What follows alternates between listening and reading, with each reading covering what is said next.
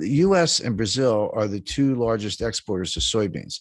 China is the world's largest importer of soybeans. Mhm. China was buying all their soybeans from the United States just as a way to kind of make it up a little bit. Like, well, we got to buy the soybeans anyway. Why not buy them from the US to keep the US-China trade deficit under control so it doesn't become too politically toxic? Well, as soon as Trump threw on the tariffs, China retaliated by moving their soybean orders to Brazil, stop buying U.S. soybeans. Well, that's not a phone call. I mean, you're talking about vessels, port facilities, agriculture, trucks. How do you get the soybeans to the ports? How many do you grow? Where's the fertilizer coming from? Et cetera, et cetera. And all those parties, the shippers, the cargo, the insurance companies, and so many people involved, banks, letters of credit, it's just a lot involved. They don't like short-term relationships. They say, okay, I'll do it. I want a 5-year contract. And China said, okay.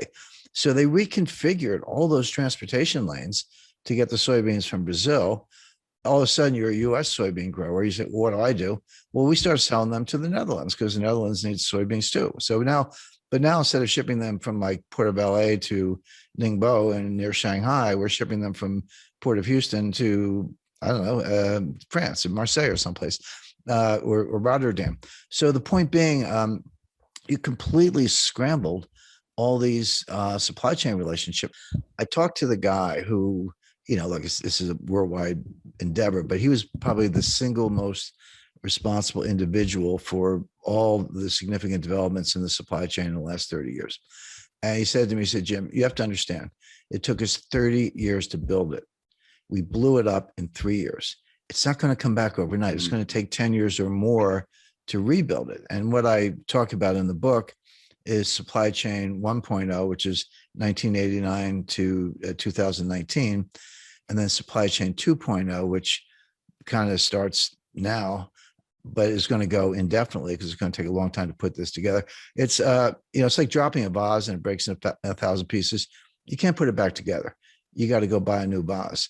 And that's what's going on with the supply chain. There will be a supply chain, there always is, but the new supply chain will look very different from what we've just come through. Because the whole 30 years of period I'm describing was built on efficiency, lower cost, lower cost, lower cost. It was kind of the Walmart model. So yeah, just-in-time inventory, everyone knows about that, but there's something called cross-stocking. That's where a truck pulls up at a warehouse and you unload it. Instead of putting the stuff in the warehouse, you move it to another truck that then goes to a destination. The stuff never goes in the warehouse. Inventories are very expensive. They're costly to finance. You got to move the stuff around. It's called picking. Pick the stuff off the shelf with you. I used to drive a forklift, so I know a little bit about it. And put it on a truck. I used to unload trucks too. So hey, I've got 7 suppliers. Why don't I cut it down to 3 and do bigger contracts with each one and get lower unit costs? I've got 5 transportation lanes. Why don't I cut that down to 2? Get everything to Los Angeles and Seattle, as the case may be, et cetera. And they did it for 30, and they got costs lower, and Walmart and Amazon were the champions of this, but everyone else was doing it. But they missed something.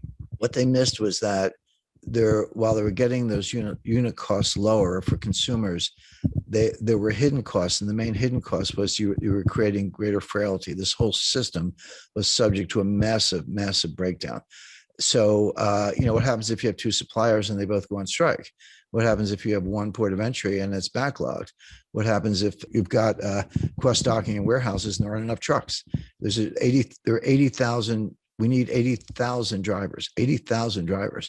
Wish they'd hire them instead of these IRS agents. But the point being, it is breaking down all across the board. Now, can it be put back together?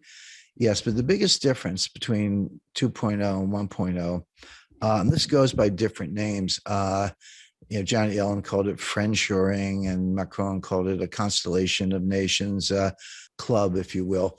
So you'll still have trading partners, you'll still have outsourcing, you'll still have transportation lanes, but it'll be members only. It'll be basically democratic, kind of liberal republics, Western Europe, the EU, of course, US, Canada, Australia, New Zealand, Japan, India, I would expect to be included.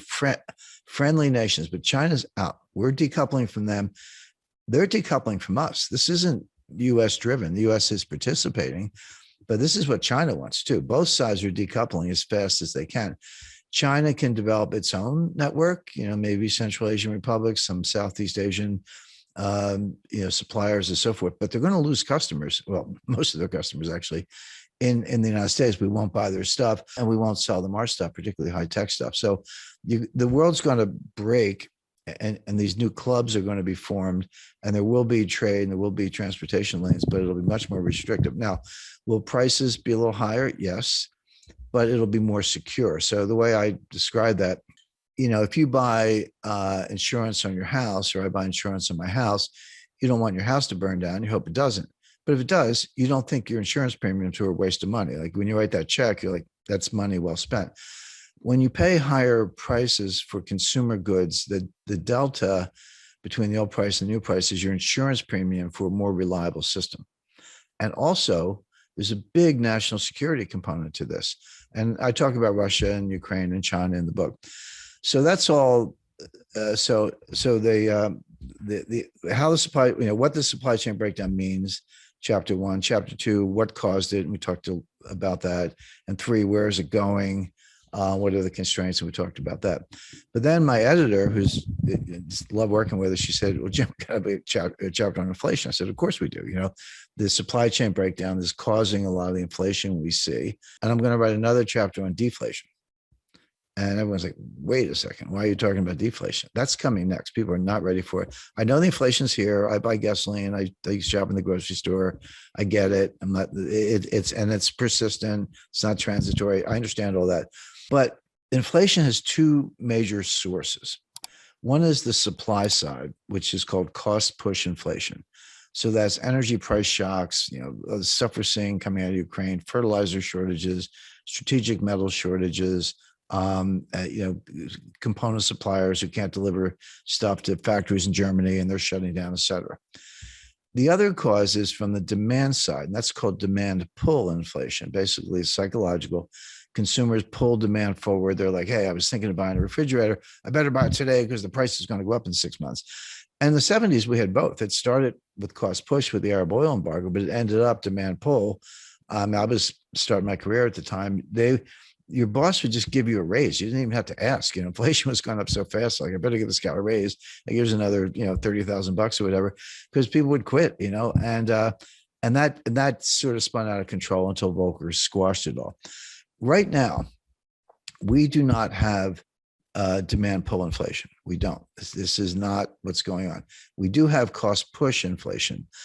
The difference is hugely important because cost push inflation from the supply side, which is, again, what I talk about in the book, it's real, prices go up, but it's self-negating. The old saying that, the cure for higher oil prices is higher oil prices, because when they get too high, people stop driving. They shut down various activities. By the way, if you're unemployed, you're not buying any gasoline because you're not going anywhere. I mean, that's kind of a nasty way of putting it, but that's how the cost push inflation, tips into a recession, and then prices come down. And we saw that in 1974. You had Jerry Ford and Alan Greenspan walking around with they had these win buttons, WIN, was so for whip inflation now, except we had a recession and prices collapsed. Now it came back by 77 with for a lot of reasons, but right now we don't have demand pull, we have cost push. It will go away when this economy goes into recession. And then we're going to be talking about disinflation and deflation, which are, kind of close cousins. And the Fed's going to be out on a limb as usual, raising rates in the face of a recession and a price collapse.